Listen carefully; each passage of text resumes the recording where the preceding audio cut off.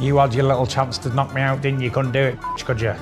Hit me with 10 shots in a row and couldn't do it. You too have chance. Tyson Fury didn't have to enter the boxing ring to land a knockout on Oleksandr Usyk. His explosive, unfiltered response was enough to dominate headlines on its own.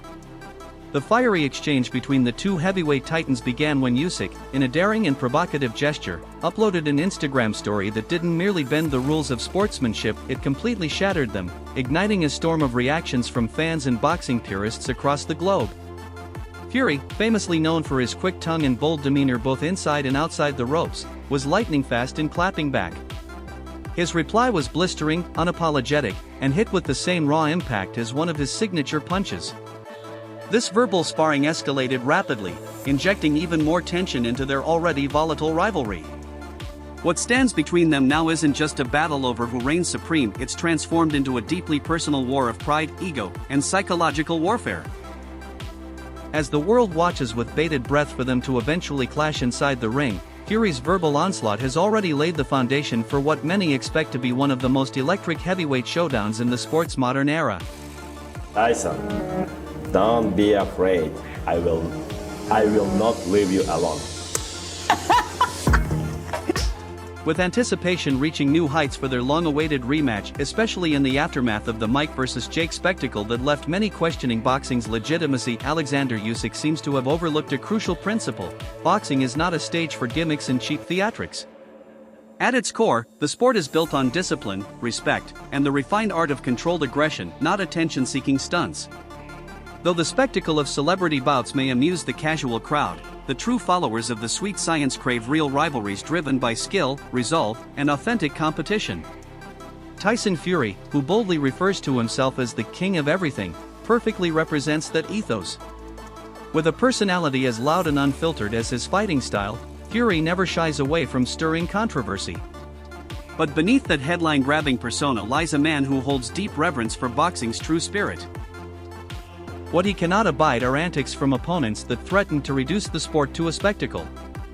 His bravado is not hollow, it's backed by an unbeaten record, years of hard-earned dominance, and an unwavering determination to prove he's not just a showman but a master craftsman. As the rematch nears, the battle between Usyk and Fury is more than just a promotional stunt, it's a confrontation of values, pride, and an unrelenting pursuit of boxing greatness. I know his team are a little bit upset. They've even compared me to Vladimir Putin today. I'm not sure why, because I've been rapping to fuck your team, fuck Usyk, fuck the Alex, and if you're down with Usyk, well fuck you too, just like Tupac said.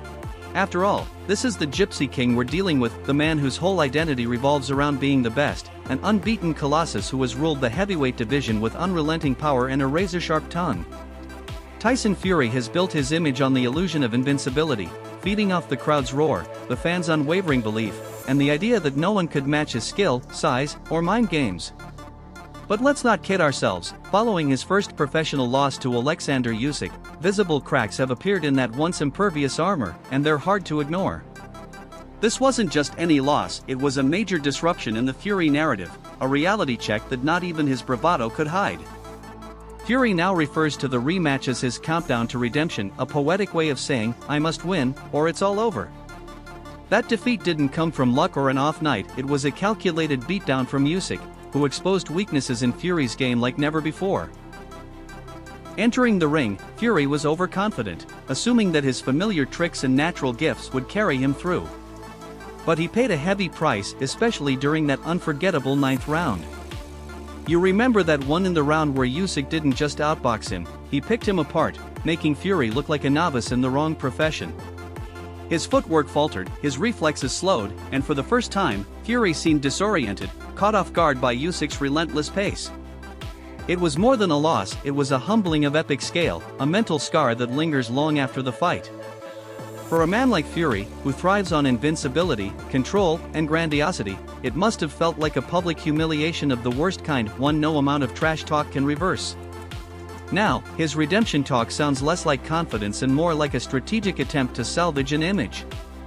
The looming question remains. Is Fury truly confident and hungry to reclaim his throne, or is his loud defiance just a mask for fear bubbling underneath? Deep down, even he must be asking, what if Usyk wasn't just better that night, but better period? Usyk's a worried man, and I've been around fighting men all my life. I can see inside the soul. He knows he's facing the best Tyson Fury, and what we've worked on, and how he is, and how he's... The stakes are as high as they've ever been. This isn't just another win or lose scenario, it's Fury's entire legacy hanging in the balance. One more defeat, and the Gypsy King's empire may collapse. After all, you can't lay claim to the throne if your rival consistently walks away with the crown. Fury knows this, and the weight of that truth is etched across his every move. This fight is no longer solely about beating Usyk, it's a deeper struggle for Fury's identity and survival as the global heavyweight icon he proclaims to be. Meanwhile, Usyk remains ice-cold, likely calmly sipping tea while meticulously planning Fury's unraveling. Usyk doesn't just train, he studies his rivals like he's penning a dissertation on their flaws. And when it comes to mental warfare, Fury's legendary trash talk, which often cuts deeper than a jab, is proving ineffective. Usyk isn't merely immune to the insults, he turns them into a performance. That jab at Fury's waistline, calling him greedy belly? A masterstroke. More than a joke, it's a strategic critique of Fury's lack of discipline, arrogance, and unpredictability. While Fury bellows and postures, Usyk simply grins, responding with subtle jabs that cut sharper than any rant. The king of mind games may have finally encountered someone he can't rattle. Hey, my friend Greedy Belly, continue training. I'm rest, brother. I know. You hard work. It's good. Appreciate. When Tyson Fury stepped into the ring to face Oleksandr Usyk last May, he wasn't just squaring off against an elite fighter, he was also contending with the circus unraveling in his own corner. The distraction nearly overshadowed the main event, driven largely by John Fury, Tyson's outspoken father, who seemed dead set on grabbing the spotlight with theatrics worthy of a reality show. The chaos wasn't lost on fans, and even respected voices in boxing, like Ricky Hatton, publicly expressed their dismay, calling the corner's setup a complete disaster. John Fury has always been known for his unpredictable behavior, but that night, he turned up the volume to absurd levels. While trainer Sugar Hill Stewart attempted to issue clear instructions, John was barking out conflicting orders, reducing what should have been a unified strategy into a chaotic tug-of-war. Just imagine one of the world's top heavyweights trying to outsmart and overpower a tactical genius like Usyk, while his corner team resembled a disjointed karaoke contest. The distraction was real. Fury might have been trading blows in the ring, but mentally, he was battling the confusion erupting from behind the ropes. To regain control, sidelining his father's disruptive presence for a more disciplined and focused team is essential. Because in the end, the headline should spotlight the fighter, not the offering drama. 5 rounds. Usyk is a good little fighter at middleweight and light heavyweight, maybe up and cruiser, but he can't mess with them big guys. Indeed, John Fury became a central topic in boxing conversations following his chaotic role in Tyson's corner during that pivotal loss to Oleksandr Usyk in the undisputed World Heavyweight Championship fight this past May. To make matters worse, John stirred up more controversy shortly after by instigating a physical altercation at his other son Tommy Fury's press conference, triggering a wave of public backlash and ridicule, most pointedly from Oleksandr Usyk himself. Little John, be quiet. This whirlwind of dysfunction has raised serious doubts about John Fury's place in Tyson's training environment. And let's face it, when a veteran like Ricky Hatton, who's survived countless high-stakes battles, speaks up, it's not just idle chatter. Hatton didn't simply comment, he warned, Tyson needs a singular, composed voice in his corner, not a circus. The problem? Tyson's loyalty to his father is unwavering, even when that loyalty might undermine his own success. In the Fury household, loyalty isn't just a virtue, it's a foundation. But here's the truth, sentiment doesn't win belts. Enter Sugar Hill Stewart and Andy Lee, two experienced professionals striving to bring order back into the mix. Sugar Hill's resume is unmatched, and Andy Lee brings his own brand of calm expertise. They both understand that Tyson's path back to the top demands focus, structure, and discipline. But the real test? Whether they can navigate around John Fury's overpowering presence. Because if they fail and the chaos follows Tyson into the rematch, Usyk will capitalize on every ounce of that dysfunction. However, all signs suggest Fury has a new strategy in mind, one that might finally deliver the order he desperately needs to reclaim his crown. Focused. and a little bit more smart to get the victory. As it would seem, my rematch with people is always ends up one way. I always end up knocking him out. Let's not forget about Usyk. He's not flashy, not loud, and not theatrical. He's just devastatingly efficient. His showing in May was a pure masterclass in precision and strategic brilliance. While Fury banked on his usual advantages in height and reach, Usyk methodically broke him down with surgical accuracy, footwork that defied logic, and a ring IQ that could rival the sharpest minds in chess. By the 9th round, Usyk had deciphered Fury's every move, unveiling the vulnerabilities in his defense and making one thing clear: sheer power means nothing if you lack the intelligence to harness it. Counting down the days until I can get my redemption on Usyk. December the 21st is going to be my time. I've done everything in boxing, but I ain't come back from a loss. And I relish it. What truly makes Oleksandr Usyk a terrifying opponent isn't just his immense skill, it's his remarkable adaptability. Unlike most boxers who enter the ring with a fixed game plan, Usyk thrives by analyzing, adjusting, and evolving in real time. That's exactly how he gained the upper hand in their first encounter. While Fury was relying on wearing Usyk down, Usyk had already changed his approach mid-fight, putting Fury into a constant chase, a game Fury was never going to win. By the later rounds, the focus had completely shifted. It was no longer about Fury's power, but about Usyk's total control of the contest. What's key here is that Usyk's self-assurance doesn't stem from trash talk or bravado, it's rooted in sheer discipline and an unwavering commitment to refining his craft. While Fury invested heavily in psychological tactics, Usyk stayed quiet, channeling his energy into mastering the technical aspects that ultimately left Fury grasping for answers. Usyk doesn't waste motion or indulge in hype.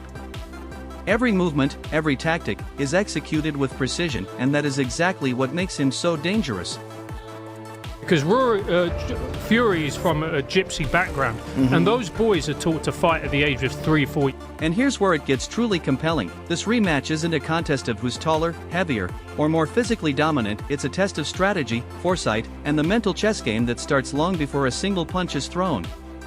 Tyson Fury's considerable size, his reach, and his relentless pressure have been his greatest advantages, allowing him to wear opponents down like a tireless wrecking machine. His massive frame and unconventional technique have overwhelmed countless fighters, leaning, pushing, exhausting, and eventually breaking them down.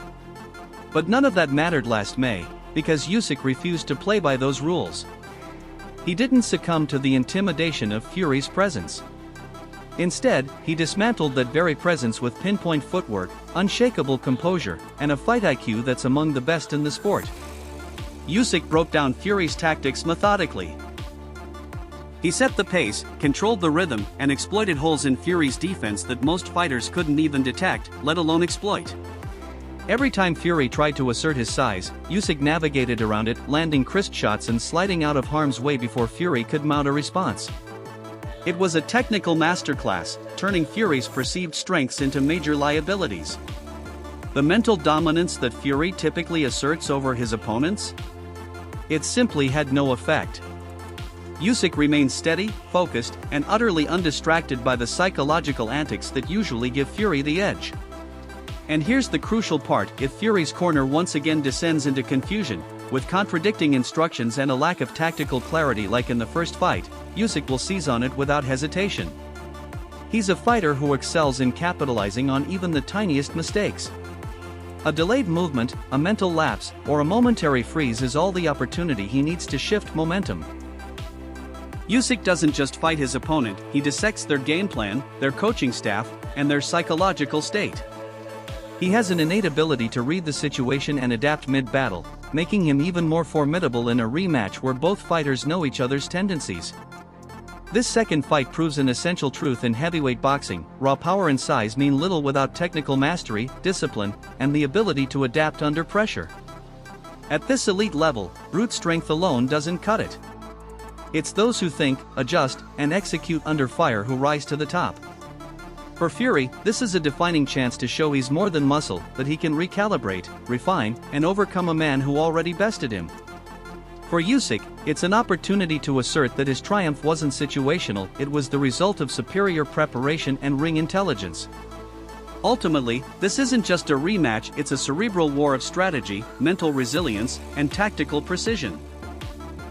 It's about who remains calm when chaos hits, who makes the right shift when the original plan crumbles, and who truly grasps the reality the heavyweight, and the heavyweights were never really that good In the end, this upcoming battle is shaping into far more than a physical showdown. It's a collision of ideologies, a duel that transcends punches, footwork, and ring tactics. It's a battle of pride, legacy, and identity between two fighters who sit on opposite ends of the boxing universe. On one side is Tyson Fury, the flamboyant Gypsy King, whose entire path has been carved out of chaos, unpredictability, and an unshakable self-belief. Fury's fights begin long before the opening bell. He attempts to dismantle opponents mentally before fists are even raised. His dramatic flair, outrageous confidence, and the whirlwind energy that surrounds his tight-knit, often turbulent family have always been part of what fuels his rise. These elements have seen him through grueling fights and personal storms alike. But now, after suffering a defeat to Usyk, that seemingly indestructible armor appears dented, and the looming question is whether it can withstand the pressure once more. On the other end stands Oleksandr Usyk, a fighter who represents the polar opposite of Fury. Calm, methodical, and devoid of theatrics, Usyk brings laser-sharp focus to the fundamentals of boxing, flawless technique, tactical execution, and mental discipline. Where Fury thrives amid pandemonium, Usyk flourishes in control. He has no need to boast or entertain, his performances inside the ropes deliver the message loud and clear. His precision, patience, and cerebral approach have earned him a reputation as one of the sport's most lethal tacticians. Usyk boxes like a grandmaster plays chess, each move deliberate, each step part of a larger strategy, gradually wearing his rivals down through technical superiority, not brute force. The key question hanging over this rematch is profound. Can Tyson Fury regain his composure, silence the distractions, and reignite the fire that once crowned him champion? Or will Usyk demonstrate once again that discipline can overpower chaos, and that a calculated mind can dismantle even the most dominant force? Because let's be clear, this fight means everything to both men. For Fury, it's about reclaiming his title, proving the doubters wrong, and defending his legacy as the Gypsy King. For Usyk, it's about solidifying his status, proving that his win was no anomaly, and staking his claim as one of boxing's all-time greats. One thing's for sure, when the bell rings, it won't just be punches that are exchanged. It'll be a battle of identities, two contrasting worlds meeting head-on in a war where only one can stand victorious. This isn't merely a rematch, it's a fight for survival, a career-defining moment that will echo through the annals of boxing history. Thanks for watching. If you enjoyed this fight breakdown, make sure to like, share, and subscribe to Fightcore for more powerful boxing updates. Stay tuned for the next round.